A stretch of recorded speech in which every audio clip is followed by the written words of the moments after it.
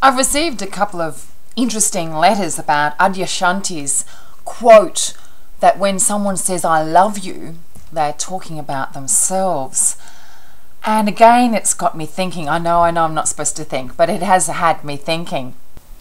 So what does it mean with the truth and with awareness when someone says I love you?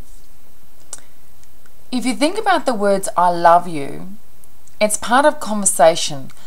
And the deal with conversation is you give something out to the conversation and you expect something back. That's the deal. You speak and you require an answer. Now think about it. I love you. There is a strategy there. There is a gentle request or not so gentle request for something in return. Perhaps we could go so far as to say an agenda. So when we speak because, generally because we're being social. We want to be part of a conversation that is listened to, is responded to. So the words I love you are a part of an agenda with some requirement of something back. And it may not be quite as simple as that. Someone may say I love you because they don't love themselves, because they want you to say I love you in return. There is something more to it than a simple statement. Because if there wasn't something more to it, why say it? Why say the words? Why not just be the words? Why not just be love instead of saying love? Being love is a lot more understated and there's less expectation for a I took response. My twin boys swimming today, and one of them's a strong swimmer and one of them is nervous in the water. And the one that was nervous kept holding on to the one that was strong and saying, I'm worried you're going to drown, be careful, I'm worried. And I thought, what is that about? And then I realised the weaker swimmer was worried and projecting upon the stronger swimmer, strongest twin, and was projecting his own fear.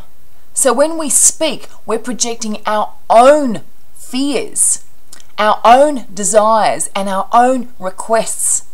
Our voice and what we say is always about ourselves.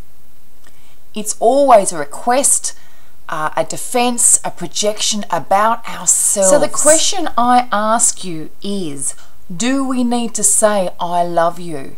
Do we need to say I love you? And if we do, why are we saying it? Are we really saying it for the other person, or are we saying it about ourselves? Is it really an expression of feeling, or is it an expression of fear or a request for something in response?